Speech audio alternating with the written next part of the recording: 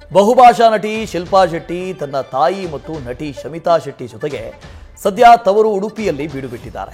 ಇಂದು ರಾತ್ರಿ ಪಡುಬಿದ್ರೆ ಖಡ್ಗೇಶ್ವರಿ ನಾಗಬ್ರಹ್ಮಸ್ಥಾನದಲ್ಲಿ ಹರಕೆಯ ಢಕ್ಕೆ ಬಲಿ ಸೇವೆ ನೀಡಿದ್ದಾರೆ.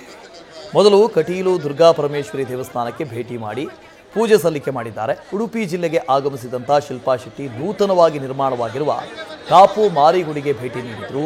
ಕಾಪು ದೇವಿಗೆ ವಿಶೇಷ ಪೂಜೆಯನ್ನು ಸಲ್ಲಿಸಿದರು. ಇಂದು ರಾತ್ರಿ ಶಿಲ್ಪಾ ಶೆಟ್ಟಿ ನೇತೃತ್ವದಲ್ಲಿ ಖಡ್ಗೇಶ್ವರಿ ಸನ್ನಿಧಿಯಲ್ಲಿ ಢಕ್ಕೆ ಬಲಿ ಸೇವೆ ನಡೆಯಲಿದೆ. ಯಾವುದೇ ವಿದ್ಯುತ್ ದೀಪಾಲಂಕಾರಗಳಿಲ್ಲದೆ ಕೇವಲ ದೊಂದಿ ಬೆಳಕಿನಲ್ಲಿ ಸಾಂಪ್ರದಾಯಿಕವಾಗಿ ಖಡ್ಗೇಶ್ವರಿ ದೇವಿಯ ಸನ್ನಿಧಿಯಲ್ಲಿ ಢಕ್ಕೆ ಬಲಿ ಸೇವೆ ನಡೆಯುತ್ತೆ.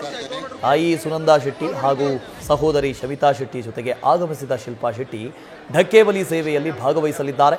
ಪಡುಬಿದ್ರೆ ಖಡ್ಗೇಶ್ವರಿ ಮತ್ತು ನಾಗಬ್ರಹ್ಮಸ್ಥಾನ ಸನ್ನಿಧಿಯಲ್ಲಿ ನಡೆಯುವಂಥ ಢಕ್ಕೆ ಬಲಿ ತುಂಬ ವಿಶೇಷವಾದಂಥ ಆಚರಣೆ.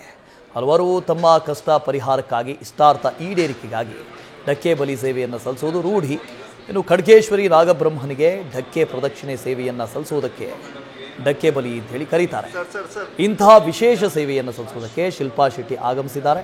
ಇನ್ನು ಪಡುಬಿದ್ರೆ ಖಡ್ಗೇಶ್ವರಿ ನಾಗಬ್ರಹ್ಮಸ್ಥಾನದ ಮೂಲ ಮರುಳನ್ನೇ ಅಲ್ಲಿ ಪ್ರಸಾದ ಅಂತ ಹೇಳಿ ನೀಡ್ತಾರೆ.